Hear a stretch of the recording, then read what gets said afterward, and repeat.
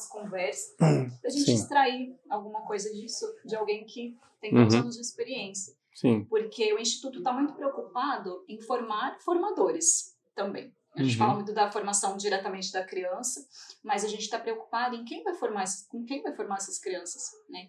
E o senhor já tem esses vastos anos de experiência e são muitos os desafios. A gente já sentiu aqui, até porque o Instituto mantém uma escola, e não é fácil ser uma escola católica no contexto atual.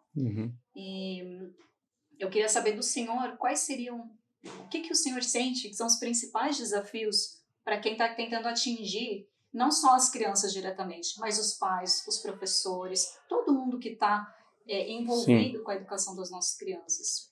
Bom, a maior dificuldade que nós estamos enfrentando isso, e é uma dificuldade geral, é uma certa orfandade. Por quê? Porque a educação, ela não é uma ciência, ela é uma arte, não é?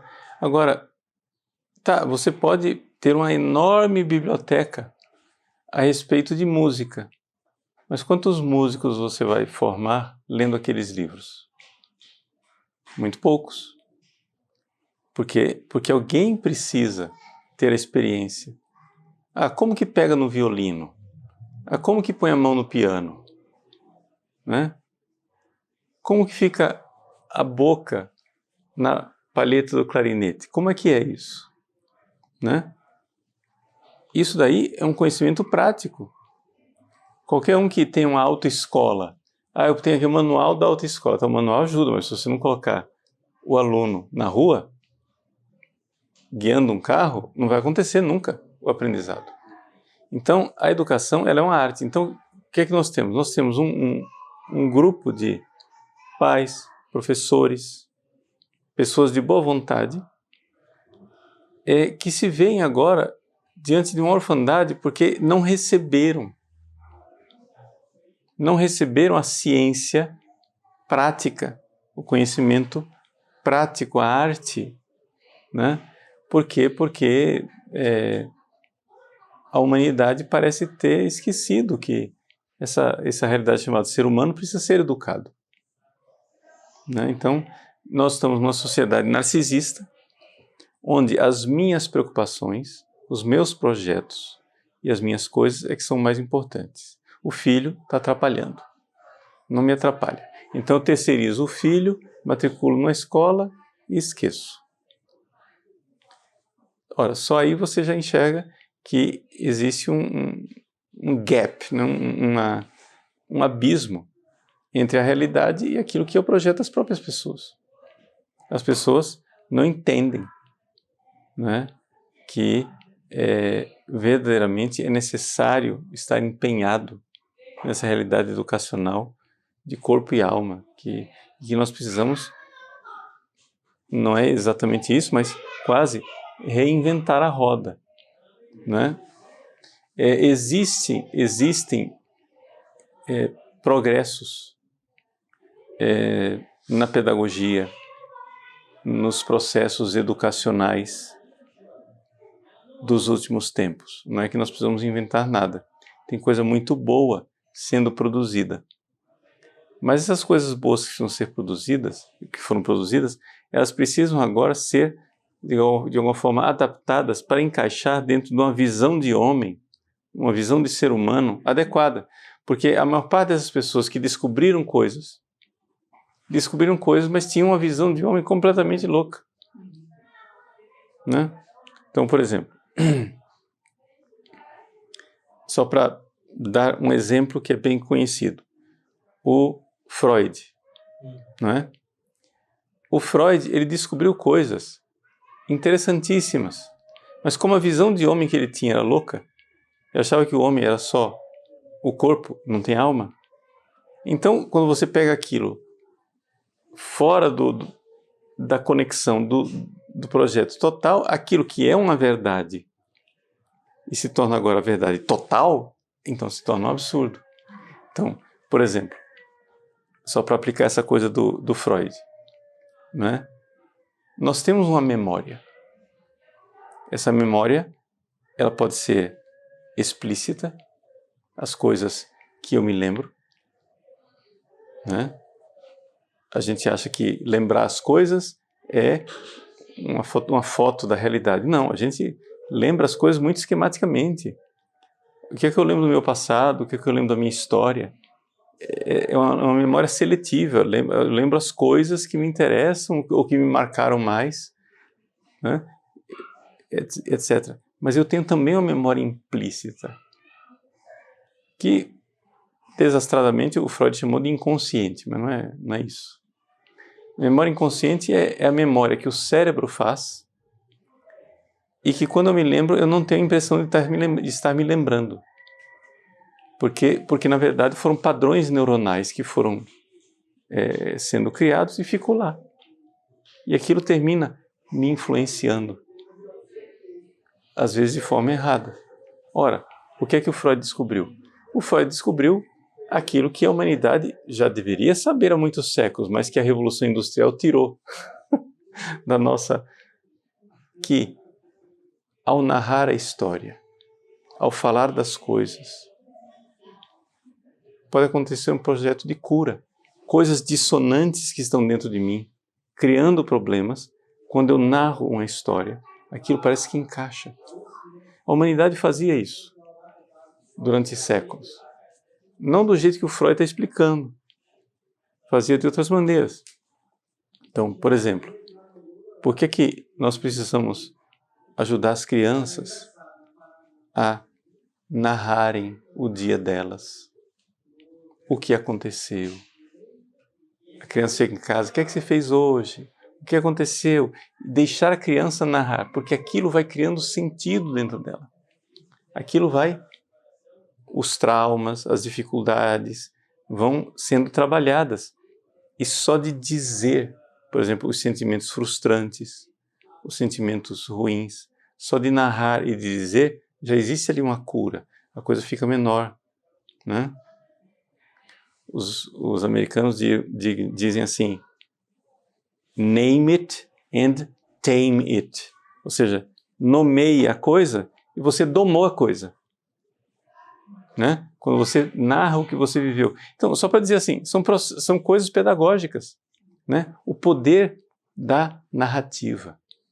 A narrativa autobiográfica, de escrever um diário.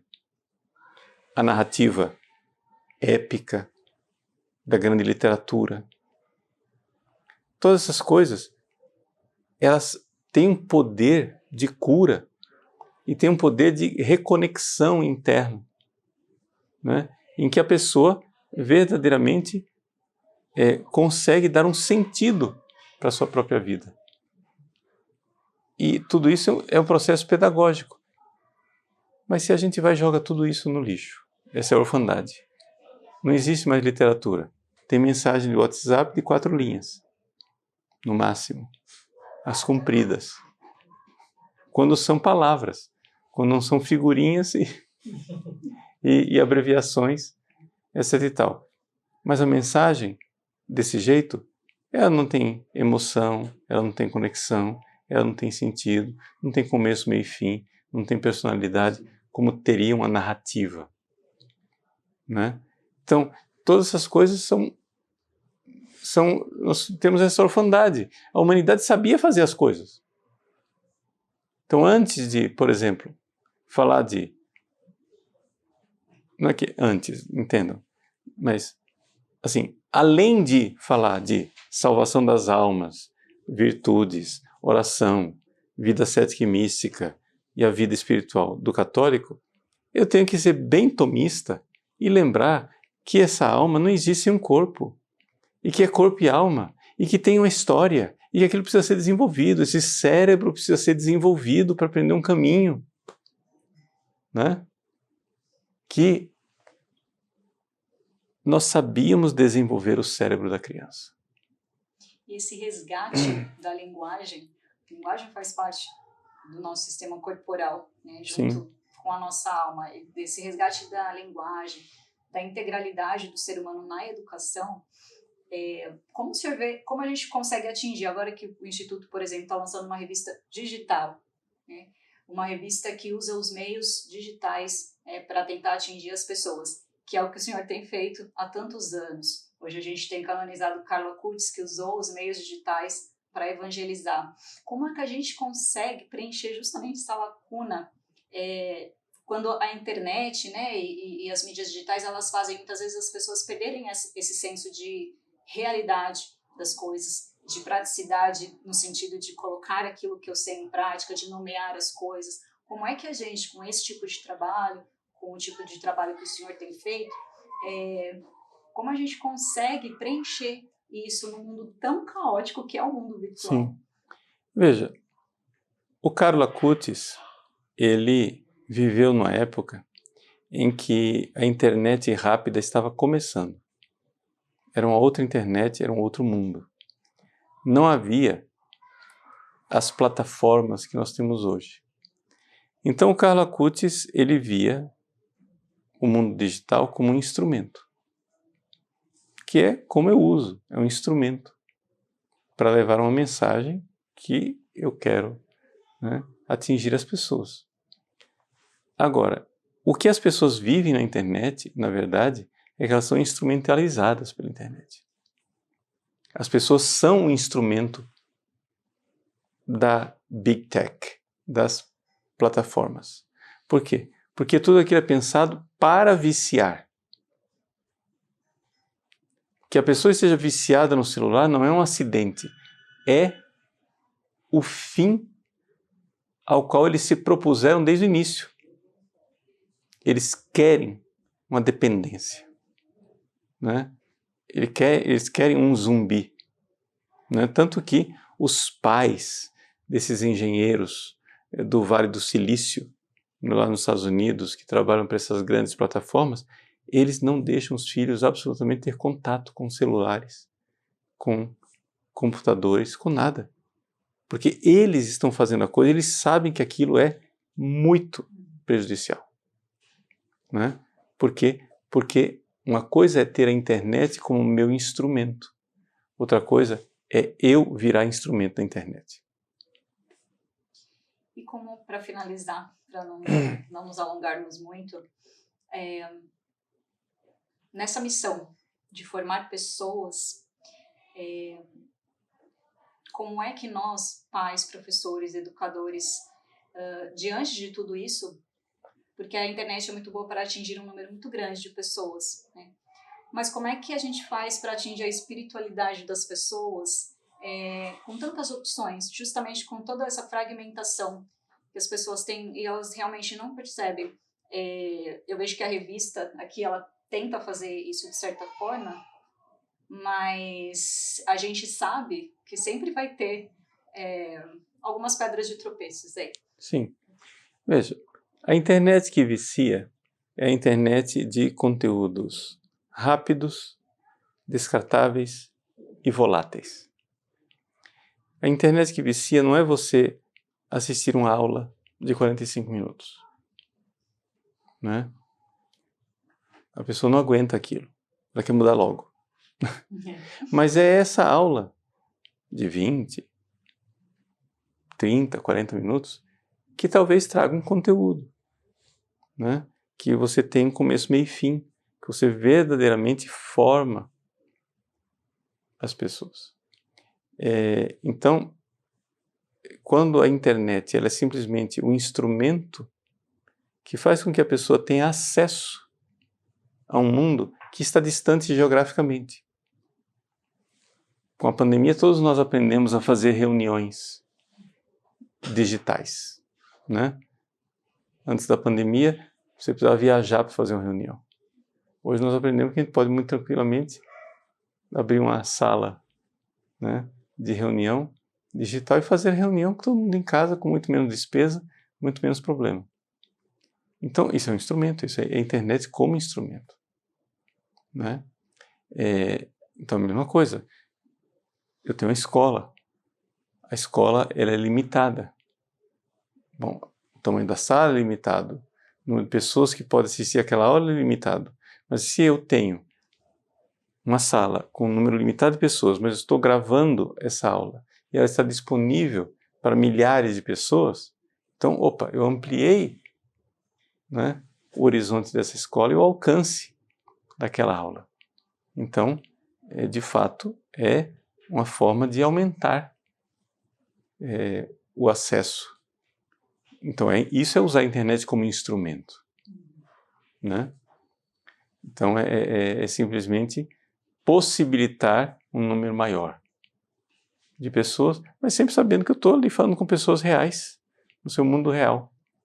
Agora, muita gente sedenta também. Sim, disso, né? exato. E também, assim, é importante a gente notar que deve-se também criar uma espécie de fórum interno, se a gente quiser que os efeitos da nossa atuação na internet sejam um pouquinho mais profundos.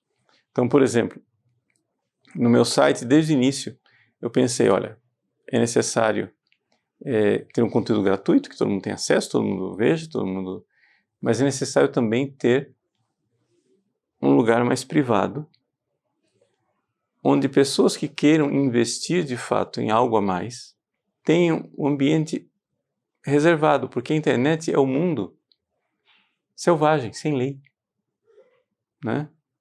E se você cria esses lugares, essas pequenas ilhas de paz, onde bom, eu entro ali, né, eu sei que ali eu tenho aquele conteúdo, eu tenho aquele recurso, eu posso sempre ir ali. Eu tenho um lugar, né, que não é somente uma coisa de influencer, né, mas é realmente alguém que vai criando conexão com os outros. Eu estou atuando na internet já há 19 anos, com a graça de Deus, nos meios de comunicação. Eu apareci na televisão, Canção Nova, a primeira vez no dia do meu aniversário de 30 anos, eu estou com 58, então já são 28 anos. Antes disso já tinha começado com a rádio também, então já estou mais ou menos há 30 anos lidando com os meios de comunicação, né? E 19 anos na internet. É um meio onde você tem muitos recursos, mas tem também muitas tentações. É necessário que a pessoa mesmo saiba se limitar. Saiba o que é que ela quer, né? Se ela quer likes, se ela quer simplesmente causar, né? Se ela quer somente impactar, ou se ela quer formar, né? E aí as coisas podem crescer organicamente de forma muito mais virtuosa, muito mais sensata. Padre, muito obrigada. Espero que nós possamos aí, humildemente, começar essa missão de atingir outros pais, Com grande alegria. professores, e seguindo um pouco dos seus passos, da sua experiência, para a gente é muito valioso. Se Deus quiser. Deus abençoe vocês. Amém. Obrigada.